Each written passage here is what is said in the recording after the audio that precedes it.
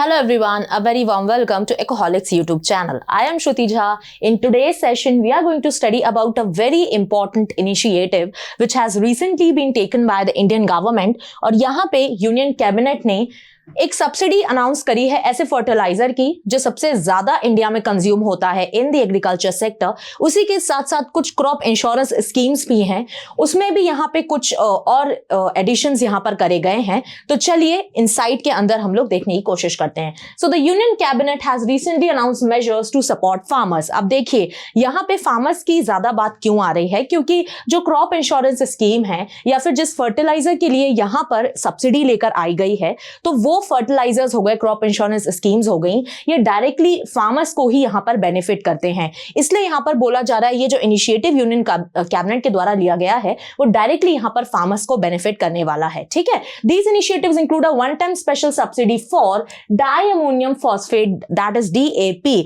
तो DAP fertiliser के लिए यहां पर जो यहां सब्सिडी है उसको यहां पर बढ़ा दिया गया है 1 साल के लिए, और क्योंकि ये सब्सिडी जो है वो पहले 31 दिसंबर 2024 को एंड हो रही थी, बट अब ये 31 दिसंबर 2025 को यहां पर एंड होगी। तो 1 साल और यहां पर सब्सिडी डीएपी के लिए फार्मर्स को मिलने वाली है। The government aims to ensure affordable access to DAP and provide risk coverage against natural calamities for farmers. तो यहां एक डुअल मोटिव है गवर्नमेंट का इन ऑर्डर टू अचीव कि यहां पे वो सोच रहे हैं कि भाई अगर हम डीएपी जो है, जो एक्चुअली सबसे ज्यादा कंज्यूम होता है यहां पर इंडियन एग्रीकल्चर सेक्टर में एज अ फर्टिलाइजर, तो वहां पे उसका इजी एक्सेस हम फार्मर्स को दे सकें, और दूसरी ओर जो भी नेचुरल कैलामिटीज हैं, क्लाइमेट चेंज है, उसकी वजह से जो क्रॉप के लॉसेस फार्मर्स को देखने पड़ते हैं वो भी उनको ना टैकल करने पड़े। तो यहाँ पे क्रॉप इंश्योरेंस स्कीम्स में भी यहाँ पे इन्होंने एडिशन किया है, उसका भी जो टेन्योर है वो आगे बढ़ाया गया है।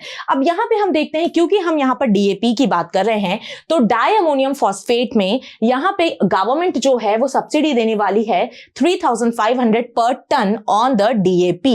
एंड यहां पे मैंने आपको बताया कि ये सब्सिडी जो है वो एक्चुअली 31 दिसंबर 2024 को एंड होने वाली थी, बट यहां पे अब 1 साल और इसको एक्सटेंशन मिल गया है और अब जाके ये एंड होगी 31 दिसंबर 2025। अब यहां पे अगर आप बजट एलोकेशन देखो कि इतनी सब्सिडी अगर पर टन गवर्नमेंट सोच रही है कि हमको देना है फॉर द डीएपी, तो उनके ऊपर कितना ज्यादा यहां पे एक्सपेंडिचर आने वाला है। तो 3850 करोड़ यहां पे गवर्नमेंट खर्च करेगी for this special package of giving the subsidy on the DAP to the farmers. And this initiative also aims to give the availability of DAP, क्योंकि यहां पे जो रबी और खरीफ सीजन हैं 25 के जो आने वाले हैं, वहां पर फार्मर्स को कोई ज्यादा दिक्कतें ना आए, इसलिए यहां पे डीएपी की एक्सेस उनको इजीली मिल पाए, इसलिए डीएपी को यहां पे गवर्नमेंट के द्वारा सब्सिडाइज किया गया है। अब देखिए बहुत डीएपी की बात हो रही है, तो थोड़ा हम डीएपी के बारे में जान लेते हैं that what is actually the DAP.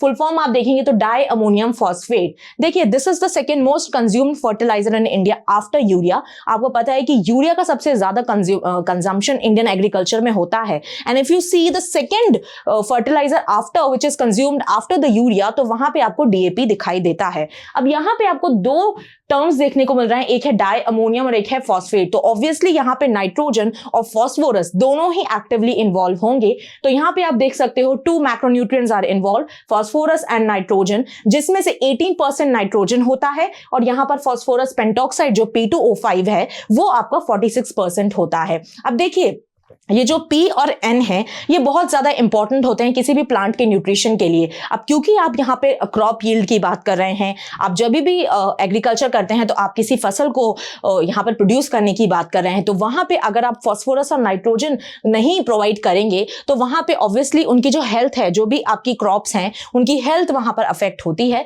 तो यहाँ पे ये जो एक्टिव न्यूट्रिएंट्स होते हैं फॉस्फोरस और नाइट्रोजन, वो प्लांट न्यूट्रिशन का एक्सीलेंट यहाँ पर सोर्स माने जाते हैं।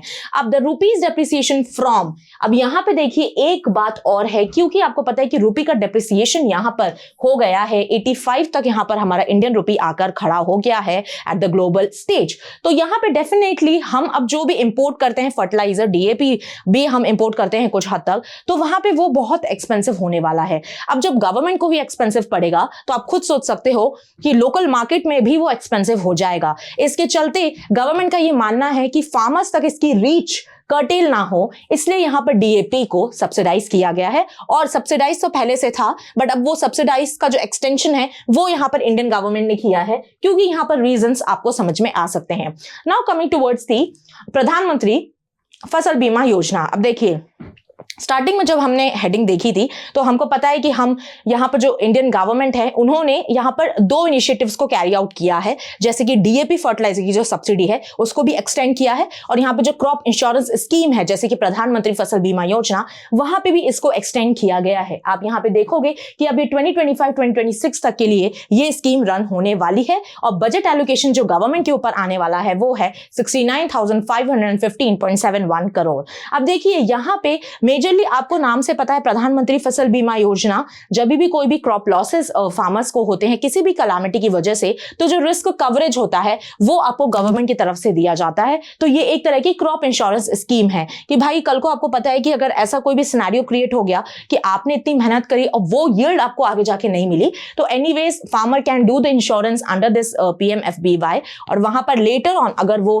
कलामिटी कैरी आउट होती है, क्रॉप लॉसेस फार्मर्स को देखने पड़ते हैं, तो जो भी रिस्क कवरेज होता है, जो भी नुकसान फार्मर्स को होता है, वो यहाँ पे इंडियन गवर्नमेंट की तरफ से उनको यहाँ पर दे दिया जाता है। So the insurance scheme provides risk coverage to farmers for losses caused by the natural disasters. It has benefited approximately 4 crore farmers. तो यहाँ पे आप देख सकते हो नंबर, 4 करोड़ farmers को अभी तक ये स्कीम बेनिफिट कर चुकी है, with 88% being small and marginal farmers. क्योंकि हमको पता है इंडियन एग्रीकल्चर जो है वो मेनली स्मॉल और मार्जिनल फार्मर्स की वजह से भी यहाँ पर रन करता है, क्योंकि एनीवेज जो लार्ज वाले फार्मर्स होते हैं जिनके पास ज्यादा लैंड होता है वो तो एनीवेज जो है वो प्रॉफिट में ही रहते हैं, बट सबसे ज्यादा जो मेजर लॉसेस से अफेक्ट होते हैं, जो मेजर डिस्ट्रेस्ड कंडीशन में रहते हैं, वो आपके स्मॉल और मार्जिनल फार्मर्स ही होते हैं। तो यहाँ पे अगर इस स्कीम का फायदा 88% तक स्मॉल और मार्जिनल फार्मर्स तक पहुंचा है, तो आप खुद समझ सकते हैं कि ये स्कीम काफी हद तक सक्सेसफुल रही है। Now coming towards the FIAT which is also the fund for innovation and technology, और यहाँ पे भी इसको PMFBY के अंडर ही इसको रखा गया है। इस फंड में जैसा कि आपको नाम बता रहा है, the term is coming as innovation and technology, तो यहाँ पे दोनों का ही यूज करके, टेक्नोलॉजिकल एडवांसमेंट्स को यूज करके एग्रीकल्चर में हम विद इन इस स्कीम के under, within the insurance scheme, हम कैसे यहाँ पर एग्रीकल्चर को बेनिफिट कर सकते हैं और नई नई इनोवेशंस यहाँ पे क्रिएट कर सकते हैं जो हमारे एग्रीकल्चर सेक्टर को और ज्यादा बेहतर बनाए और ज्यादा बेटर प्रोडक्टिविटी की ओर ले जाएं without affecting the soil only. तो यहाँ पे ये चीजें जो है वो FIAT के अंडर में रहने वाली है। So the cabinet has approved the establishment of FIAT with N allocation of 827.77 crore. तो इतना इसका बजट एलोकेशन रखा गया है, और यहाँ पे ये इनिशिएटिव इंडियन गवर्नमेंट का to enhance technological advancements in the agriculture sector. And also the key component of FIAT is actually the yield estimation system using technology, जिसको शॉर्ट फॉर्म में YESTEC बोला जा रहा है। ठीक है, क्योंकि फुल फॉर्म से ही क्लियर है, because the full form is yield estimation system using technology, तो इसका जो शॉर्ट फॉर्म हो जाता है वो हो जाता है YESTEC। ठीक है, इससे क्या होगा, जो भी आपकी फील्ड होगी उसको यहां पर ये सिस्टम बेटर एनालाइज कर पाएगा कि भाई वाकई में आपकी जो क्रॉप है उसको इतना नुकसान हुआ है या फिर नहीं हुआ है, through the technology of remote sensing. आपको पता है कि रिमोट सेंसिंग से आज हम बहुत सारे ऐसे डिजास्टर्स को भी देख ले रहे हैं, उसके आफ्टर इफेक्ट्स भी देख लेते हैं। तो यहाँ पे जो फील्ड सर्वेज होंगी वो रिमोट सेंसिंग के द्वारा यहाँ पर कैरी आउट किए जाएंगे, जिससे आपकी क्रॉप में कितना नुकसान हुआ है, कितना आपकी क्रॉप जो है वो अफेक्ट हुई है आफ्टर द डिजास्टर, वो सारी चीजें जो है वो गवर्नमेंट को पता लगेंगी, और एक्यूरेटली फार्मर्स का कितना लॉस हुआ है, उनको कितना इंश्योरेंस प्रोवाइड करना चाहिए, ये भी यहाँ पर एक सही तरीके से जो डेटा है वो गवर्नमेंट के पास आएगा। तो यहाँ पे YESTEC जो एक सिस्टम है, कंपोनेंट है यहाँ पे FIAT के अंदर, वो डेफिनेटली एक बहुत ही अच्छा स्टेप है। System also ensures that farmers receive timely and fair compensation for their losses. Definitely भाई ये कोशिश की जाएगी कि उनको सही टाइम पर यहाँ पर कॉम्पनसेशन प्रोवाइड की जाए, और जितना उनको लॉस हुआ है उतनी भी यहाँ पर उनको कॉम्पनसेशन प्रोवाइड की जाए। क्योंकि यहाँ पे रिमोट सेंसिंग के द्वारा, क्योंकि आप टेक्नोलॉजी यूज कर रहे हो, तो यहाँ पे टेक्नोलॉजी तो डेफिनेटली झूठ नहीं बोलेगी। तो यहाँ पे ये चीजें जो हैं वो FIAT के अंडर डेफिनेटली रहने वाली है। Coming towards the another system or platform you can say, which is weather information and network data system, winds. तो यहाँ पे ये वाला जो एक प्लेटफॉर्म है उसको भी लेकर आया गया है फॉर द अपकमिंग ईयर 2024-2025 में। यहाँ पे weather information and network data system winds will be implemented. जैसा नाम आपको बता रहा है वैसा ही इसका फंक्शन है कि वेदर फोरकास्ट को यूज करना, वेदर अपडेट्स देना, एक प्लेटफॉर्म है जिसके थ्रू फार्मर्स को यहाँ पर ये सारी इंफॉर्मेशन मिलेगी। इस तरीके से आप देख सकते हैं, ये जो है वो इस तरीके से आपको पूरी वेदर इन्फो जो है वो आपके टैब में, आपके मोबाइल में आपको मिलेगी, जिसके थ्रू आपको पता रहेगा कि भाई ऐसा क्लाइमेट होने वाला है या फिर इस तरीके से बारिश हो सकती है या फिर तेज बारिश हो सकती है। तो जो भी स्टेप्स, एक्यूरेट स्टेप्स फार्मर सही समय पे ले पाए, उसके लिए यहाँ पे इस सिस्टम को डेवलप किया जा रहा है। It is a sophisticated platform design to provide real time weather updates. Real time मतलब भाई जिस सिचुएशन में, मान लीजिए अगर अभी ही हमको पता चलता है कि भाई अभी जो है वो बहुत तेज बारिश होने वाली है या फिर ओले गिरने वाले हैं, तो ये सारी चीजें जो हैं वो फार्मर्स को तुरंत उनके मोबाइल पे नोटिफिकेशन आ जाएगा कि यहाँ पे आपके एरिया में ये सिचुएशन है वेदर की, और इस तरीके से कोई भी क्लाइमेटिक एडवर्सिटी यहाँ पर क्रिएट हो सकती है।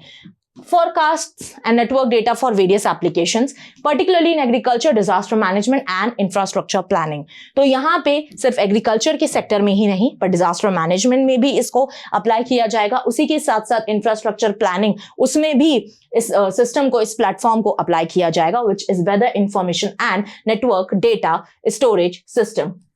Now coming towards the another thing which was also in news। ये जब पूरी न्यूज आई तो यहाँ पर एक और MOU भी सामने आया जो कि रिसेंटली गवर्नमेंट ने भी साइन किया है with the Indonesian government, and the memorandum of understanding MOU is on the rice export, specifically not the basmati but the non basmati white rice, that is NBWR। तो यहाँ पे नॉन बासमती व्हाइट राइस की बात हो रही है और यहाँ पे इंडोनेशियन गवर्नमेंट को, इंडोनेशिया को हम यहाँ पर राइस को एक्सपोर्ट करने वाले हैं।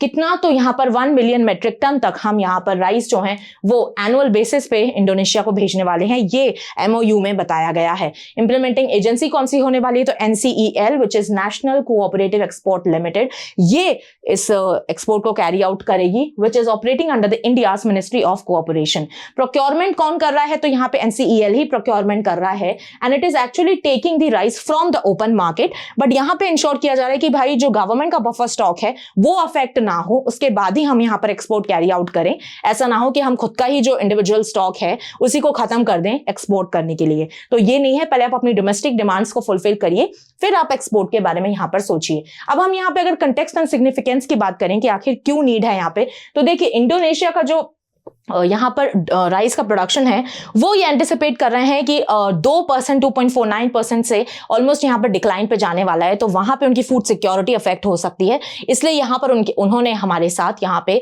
ये राइस का एक्सपोर्ट का जो मेमोरेंडम ऑफ अंडरस्टैंडिंग है उसको साइन किया है। इसी के साथ जो इंडिया की एक्सपोर्ट पॉलिसी है वो भी डेफिनेटली यहाँ पर पिक्चर में आ जाती है, because we are one of the largest exporters of rice in the world. तो यहाँ पे डेफिनेटली जो पूरे नेशंस हैं वो हमको एज अ होप नेशन यहाँ पर देखते हैं कि कहीं पे फूड क्राइसिस अगर आ रहा है तो वो हम इंडिया से यहां पर हेल्प मांग सकते हैं in order to fulfil our food security issues. तो यहां पे देखिए डेफिनेटली गवर्नमेंट भी सोच रही है कि भाई जो राइस के प्राइसेस हैं डोमेस्टिक लेवल पे वो भी यहां पर अफेक्ट ना हो, और हम उसके बाद यहां पर इंडोनेशिया को जो हमारा नॉन बासमती व्हाइट राइस है वो एक्सपोर्ट कर सके।